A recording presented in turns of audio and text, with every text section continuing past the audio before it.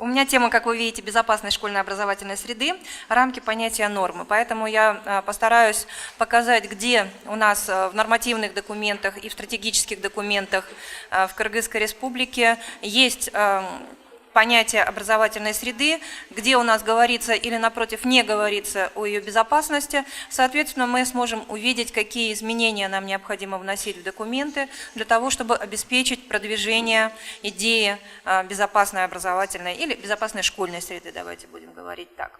Ну и несколько слов о том, что это такое. Я думаю, что с этого как раз нужно начать, потому что чтобы говорить, нужно, чтобы у нас с вами было одно и то же поле, да, по пониманию. И поэтому безопасная школьная среда – это среда, ориентированная на потребности ученика, обеспечивающая полноту безопасности и минимизацию всех видов рисков. Риски вы видите, типы рисков, точнее вы видите на слайде. Владимир Александрович сейчас их уже озвучил. Это и психологическая или социальная безопасность, информационная, физическая безопасность, экологическая безопасность. Вот внутри там есть еще ряд рисков, о которых мы с вами будем, в общем-то, говорить. У нас с вами несколько ключевых документов, которые нам задают вектор развития страны. И в первую очередь, наверное, это национальная стратегия устойчивого развития, да, Кыргызской Республики. Вот, на протяжении 3 лет, 4 даже теперь уже лет мы ее реализовывали. И, кстати, именно сегодня, во всяком случае, президент поставил срок 15 июня, должна быть ему сдана вторая НСУР, национальная стратегия устойчивого развития. Я думаю, что в ближайшее время мы сможем увидеть этот документ, понять, где преемственность, да, где новые и важные, может быть, точки роста нашей страны. Хотя одна точка там уже определена, это точно, это развитие цифровых технологий и использование их во всех сферах народного хозяйства, социального развития и так далее и тому подобное, ну, в том числе и образование. Я чуть-чуть потом об этом еще скажу. Но пока мы руководствуемся национальной стратегией устойчивого развития, и если мы увидим здесь то, что выделено красным, то задачу развития страны, которую поставил президент, входит создание сильного и независимого государства, которое имеет безопасную, многоязычную, доброжелательную внутреннюю среду.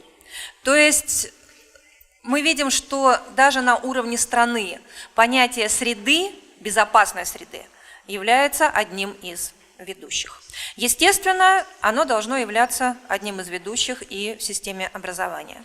Поэтому во второй столбик я вынесла элементы, которые относятся к образованию для устойчивого развития. Это целое направление в современном образовании, которое требует, чтобы в образовании удерживались основные линии.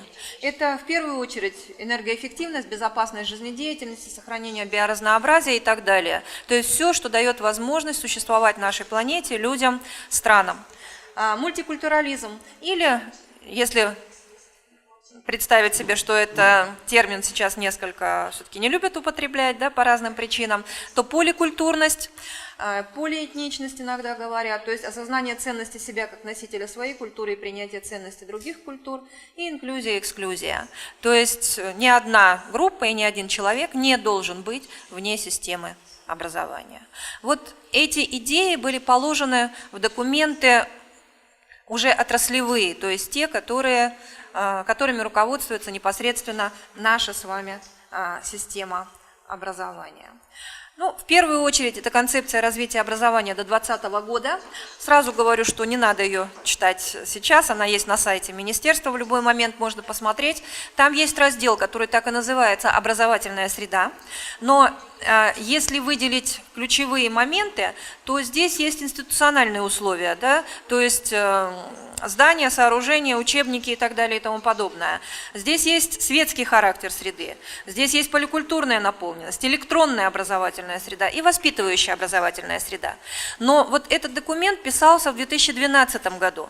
И обратите внимание, что понятия безопасной образовательной среды здесь нет. Сейчас, поскольку концепция написалась для того, чтобы мы могли реализовывать ее через стратегию развития образования на 2012-2020 годы, стратегия реализовывается через 3 плана действий.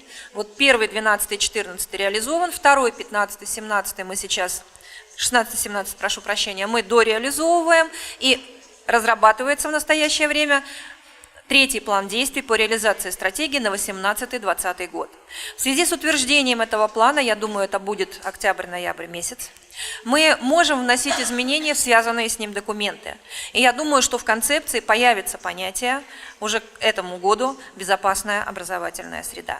Потому что, согласитесь, это один из основных трендов, да, одно из основных направлений, в котором сейчас развивается система образования. Дать возможность каждому ребенку получить образование и сделать это в комфортной для него среде, в комфортной во всех смыслах этого слова. Ну и несколько моментов, которые связаны уже с теми направлениями обеспечения безопасности, о которых говорил Владимир Александрович, которые вы видели на слайде. Физическая безопасность, она связана не только со зданиями и сооружениями, но я специально поставила это изображение, это школа, которая была построена в 2009 году.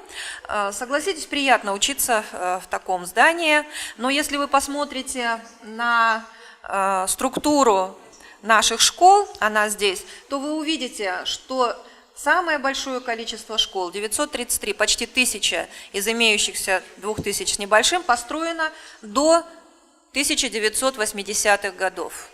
То есть они существуют, работают уже почти 50 лет. За это время многие здания просто-напросто выработали свой ресурс, либо близки к этому.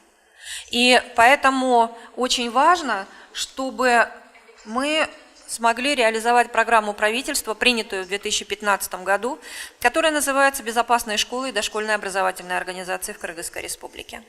Собственно говоря, мои коллеги из ЮНИСЕФ, наверное, скажут об этом. Вместе с Министерством чрезвычайных ситуаций, Министерством образования было проведено оценка безопасности дошкольных и школьных организаций. Больше 5000 зданий было обследовано. Были выявлены категории опасности или безопасности, если хотите, этих зданий. Составлен план строительства и капитального ремонта, который уже и воплощается в жизнь. Например, данные по 2016 году, которые мы собирали для коллегии Министерства образования, говорит о том, что более 60 школ капитально отремонтированы и более 80 школ построены в этом году. То есть программа, в общем-то, выполняется. Почему это так важно? Потому что главные ожидаемые результаты – это слайд, который был сделан Министерством образования при защите этой программы на заседании правительства, где программа принималась. Вы видите, что это обеспечение безопасности детей в период нахождения их в образовательных организациях. И посмотрите, какие результаты.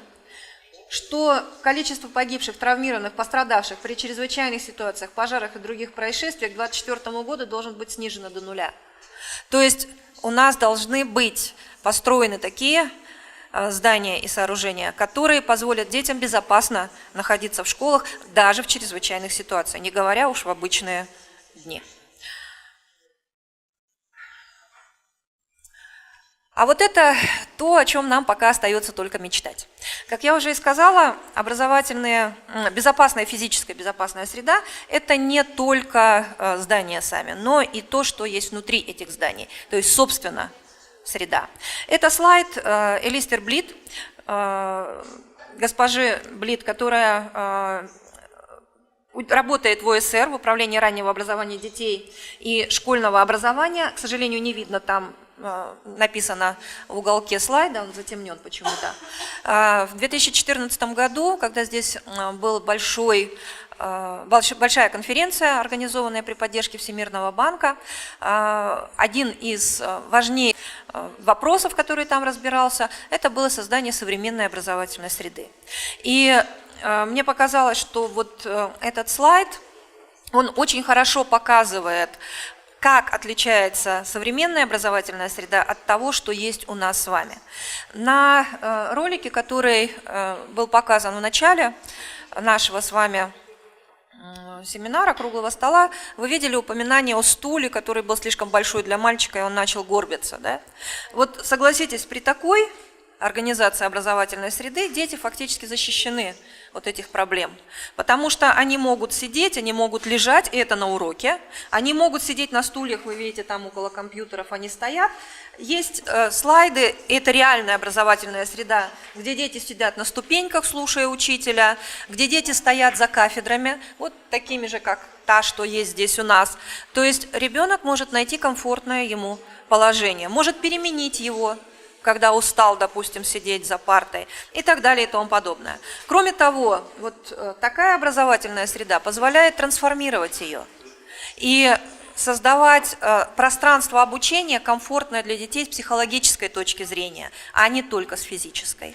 Кроме того, если уж говорить чисто об образовательных вещах, вы прекрасно знаете, что для того, чтобы применять интерактивные методы обучения, да, и вовлекать детей в активные действия на уроке, мы должны менять конфигурацию класса.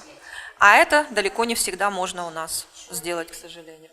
Вот поэтому мне кажется, что один из вопросов, который должен быть заложен в тот стандарт, комплексный стандарт обеспечения безопасности, о котором только что говорил Владимир Александрович, это создание именно современной безопасной образовательной среды. И я не случайно делаю акцент на слове «современной». А это, кстати, связано и с изменением нормативов строительства, потому что узкие как пенал классы, которые у нас есть во многих школах, они не дают возможность трансформировать образовательную среду, даже минимально, не говоря уж о том, чтобы вести ее таким образом. Экологическая безопасность очень тесно связана с безопасностью физической, вот, но в то же время имеет и как бы собственные параметры. Владимир Александрович говорил, что у нас будет еще здесь презентация, посвященная доступу там, к водоснабжению, вопросам наличия там, туалетов и всего остального. Но вчера об этом тоже шла речь на круглом столе, и поэтому я попросила разрешения один слайд из того, что было, в общем-то, показать. Обратите внимание, что доступ школ к водоснабжению, если в городе у нас 89, 90 даже, да, процентов школ имеют такой доступ, то обратите внимание, что в сельской местности их в половину меньше. А это значит две очень важные вещи и очень печальные вещи. Первое – это то, что у детей неравный доступ к качественному образованию, потому что качественное образование предполагает создание среды, в которой ребенку комфортно учиться. И второе, тоже очень важная вещь – это здоровье детей, вторая вещь. Потому что если ребенок, скажем, вынужден, извините, ходить все время с расстройством желудка из-за того, что грязные руки – это еще минимальные какие-то вещи, да, то думать об учебе как-то не особо получается. И именно поэтому мы говорим о том, что школьная среда должна быть безопасной. Я вернусь сейчас к национальной стратегии устойчивого развития, где говорила, что одно из направлений образования для устойчивого развития – энергоэффективность. Да? У нас некоторые школы и детские дома получили солнечные батареи, в том числе благодаря вот усилиям Биома, организации Биом, но, к сожалению, таких у нас очень мало. В то же время, если вы едете где-то на поезде, например, там же в Германии или в других странах Европы, вы практически все время видите на крышах солнечные батареи и общественных зданий, и частных домов.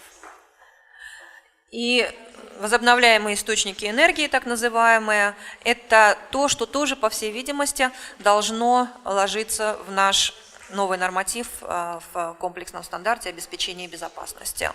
Что есть у нас пока? Ну, вот это замеры, которые делались несколько лет тому назад, 2 года тому назад в школах, и вы видите, что, мягко говоря, они не соответствуют тем потребностям в освещении, которые есть у нас в школах. Кое-где освещение парт в 2 раза ниже, чем по имеющимся уже санитарным нормам. И поэтому результат. которые мы видим.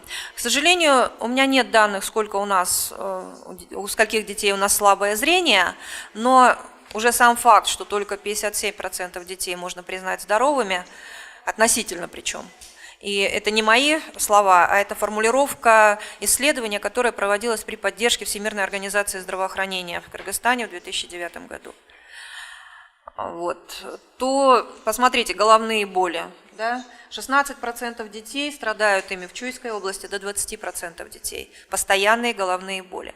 А это связано в том числе и с плохим освещением, потому что глаза все время напрягаются, ребенку тяжело учиться, да если еще и требуют, чтобы сидел неподвижно, да, то мы получаем результат.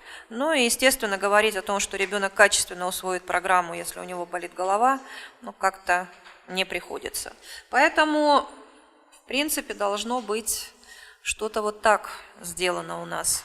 И нормативы освещения, которые, повторю, уже есть, но которые, тем не менее, должны, да, не осуществляются, не используются, они должны быть закреплены в стандарте и должны четко выполняться во всех организациях образования.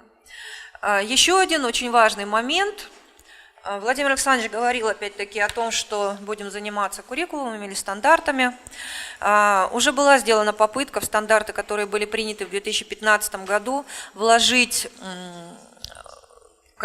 материалы по не только энергоэффективности, там практически все направления образования для устойчивого развития есть. Я просто привела здесь пример, чтобы было видно, как последовательно на протяжении всех лет обучения дети должны знакомиться с понятием того, что такое энергоэффективность, что такое альтернативные или возобновляемые источники энергии, что может сделать сам человек, каждый человек, в том числе и ребенок, для того, чтобы сберечь ресурсы, и какие требования к этим ресурсам предъявляются, в том числе в школе, дома, вот, ну и так далее и тому подобное.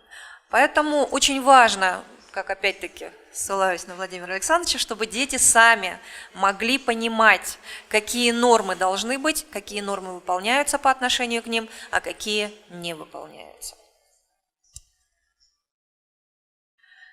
Ну, здесь уже тоже прозвучало. Это примеры ландшафтного дизайна.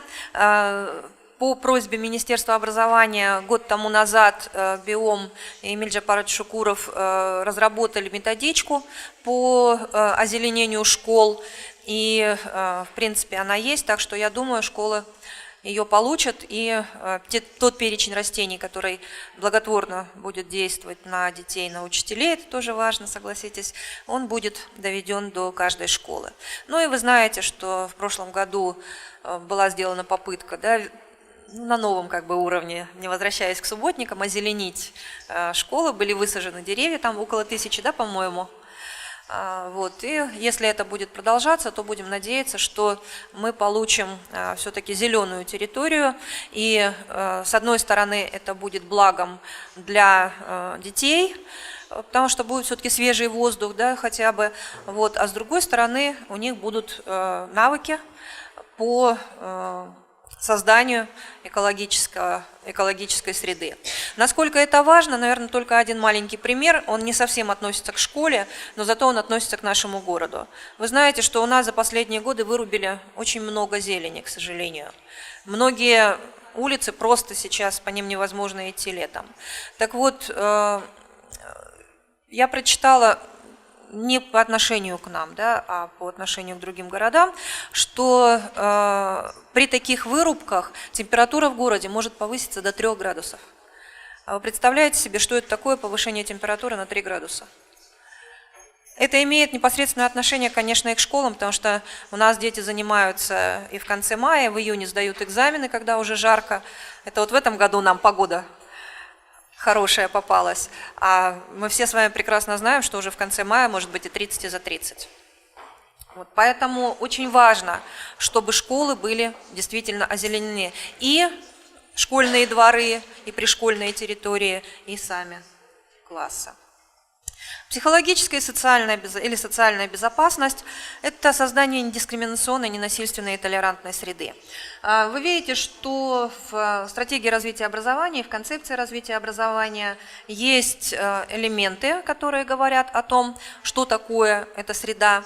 Но мне хочется тоже рассказать один случай, которому я была свидетелем. Несколько лет тому назад я была в Москве. Там есть школа прав человека, и после семинаров нас повезли в одну из школ, где сказали, что очень хорошо поставлено гражданское образование и обучение прав человека.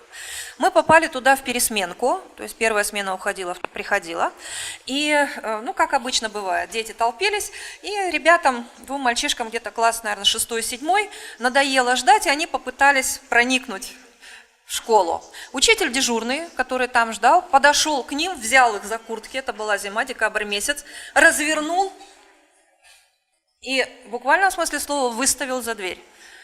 И мы все сказали, мы сюда не пойдем, потому что здесь могут как угодно хорошо преподавать, но в этой школе гражданского образования нет, потому что нельзя говорить одно и делать по отношению к ребенку совершенно другое.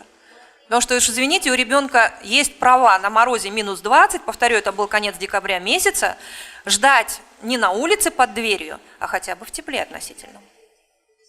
Вот мы повернулись и ушли.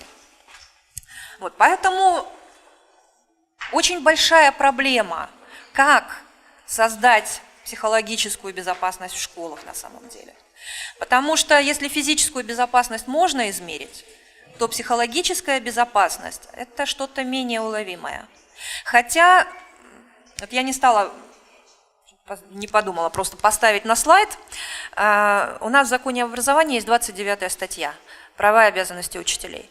Так вот там в 2013 году было четко зафиксировано, что учителя не имеют права оказывать на ученика физическое, психологическое и эмоциональное давление. До 2013 года у нас было такое безликое моральное давление. Потом это расписали. То есть повышение голоса, я уж не говорю о крике, уж не говорю там о том, что там, не знаю, кулаком по столу постучать. Это нарушение не только педагогической этики, но и закона об образовании. Вот это, наверное, очень важно, потому что создание среды невозможно без движения друг к другу педагогов и учащихся самих. Вы знаете, наверное, что благодаря ЮНИСЕФ несколько лет пилотировалась программа по безопасной школе, да, там были созданы советы примирения и так далее. То есть целый механизм разработан, но насколько он может быть перенесен на другие школы непилотные, это вопрос, который сейчас как раз надо обсуждать. И вот не случайно Владимир Александрович тоже говорил, что надо очень тесно сотрудничать, и я надеюсь, что так и получится, с теми проектами, которые рассматривают и реализуют уже на практике отдельные элементы безопасности в школах. И тогда в комплексный стандарт лягут уже те наработки, которые есть, и практические рекомендации, которые есть в настоящее время в Кыргызской республике. Ну и еще один тоже очень важный момент, тоже вчерашний слайд Зульфии Кочербаевой, которая занимается гендером, и она говорила, там целая презентация о гендерной дискриминации, гендерных стереотипах, которые есть. Я взяла только один слайд, но он с моей точки зрения очень показательный, потому что когда мы говорим о создании комфортной психологической среды, мы говорим не только о том, чего не должно быть, там насилие разного типа, да, но мы должны говорить о том, что должно быть. А это психологическая комфортность. Но согласитесь, когда во всех видах, так сказать, изображены мальчики и практически нет девочкам, то половина обучающихся впитывает в себя очень многие вещи, которые, в общем-то, не очень хорошие, наверное, в наше время. Смотрите, количество женских изображений, да, во всех учебниках с кыргызским языком обучения, 29% женских и, соответственно, 71% мужских, да, с русским языком обучения еще хуже, только 22% женских и, соответственно, 78% мужских. То же самое в упоминаниях потом там было в слайде, то есть девочки, им как бы задается вектор, ты дома, хозяйка, там потом мама, да, в будущем. Но когда речь идет о возможностях профессиональных, личностной реализации, у нас в учебниках это выпадает на долю мальчиков. Согласитесь, что если мы говорим о комфортной психологической, эмоциональной среде, мы должны находить равновесие, тем более, что у нас есть документ, который так и называется, и который посвящен созданию равенства, да, прав, гендерных достижений гендерного равенства в Кыргызской республике. Вот, и нам, в принципе, не мешало бы его выполнять, потому что это норма, которая должна реализовываться в том числе и в системе образования. Ну и информационная безопасность. Наверное, одна из самых новых угроз и одна из, на самом деле, самых таких безжалостных. Потому что информационная безопасность, состояние защищенности, обратите внимание, это российское определение, насколько я знаю, в наших документах его нет пока. Это отсутствие риска, связанных с причинением информации, в том числе распространяемой в сети интернет, вреда здоровью физическому, психическому, духовному и нравственному развитию. Прошу прощения, слово «детей» пропустила. Вот. Что есть в реальности? Я, когда готовилась к семинару, нашла в сети пособие, называется «Информационная безопасность детей». Если вы кликните на него, найдете. Вот. И там несколько моментов, на которые надо обратить внимание с точки зрения родителей, кстати, которые эти пособия разработали. То есть это сообщество родителей. В первую очередь, это потеря родительского и учительского авторитета. Обратите внимание, что на вопрос, какой источник информации самый главный, все школьники ответили родители. Но второе – интернет, учителя – третий. То есть учитель уходит с позиции человека, который знает истину и к которому надо прислушиваться. А это значит, что если учитель, его роль меняется, это понятно, и это не наша сегодняшняя тема, но тем не менее, если учитель не научит ребенка работать с информацией, то мы можем иметь очень серьезные последствия всему этому. Потому что, посмотрите, пожалуйста, еще одна опасность – субкультура, экстремизм и секты. В США 57% учащихся в той или иной мере подвергались агрессии в виртуальном мире, в Канаде 34%. У нас данных нет, насколько я знаю, но я не думаю, что ниже.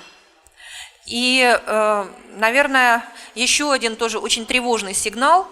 В сентябре прошлого года в Алмате проходил большой семинар, организованный ЮНЕСКО по образованию для устойчивого развития.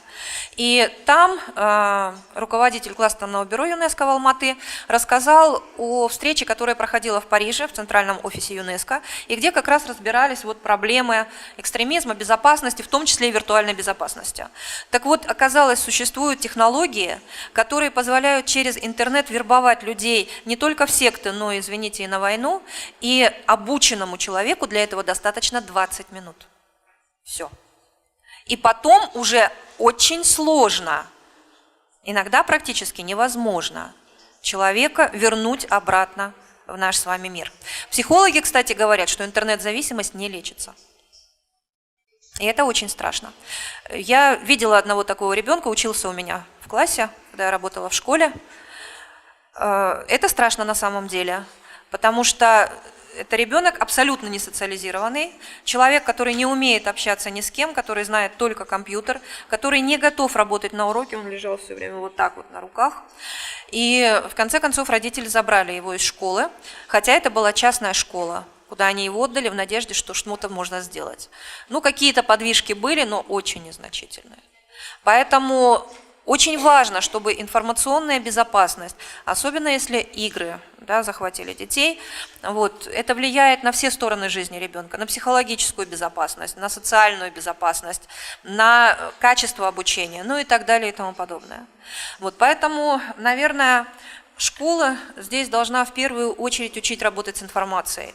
И не случайно в государственном, прошу прощения, стандарте общего среднего школьного образования, который был принят в 2014 году, первая компетентность ключевая, которая должна формироваться у детей, это информационная компетентность, то есть умение работать с информацией. Вторая – социально-коммуникативная, третья – компетентность самоорганизации и разрешения проблем. То есть ребенок должен уметь знать в первую очередь и уметь использовать свои сильные стороны и работать над своими слабыми сторонами.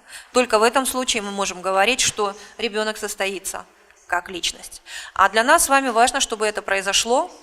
Я, заканчивая уже свою презентацию, поставила два последних слайда, которые имеют отношение непосредственно к качеству образования. Потому что все, о чем мы с вами говорим, оно на самом деле должно реализовываться именно должно реализовываться для того, чтобы мы создали ребенку качественное образование. И вы видите, что этого требует цели устойчивого развития, 4-я цель, которая была принята в сентябре 2015 года для всех стран мира, в том числе для Кыргызстана, это гарантировать инклюзивное, то есть включенное образование каждому и способствовать созданию равных возможностей для получения качественного образования на протяжении всей жизни.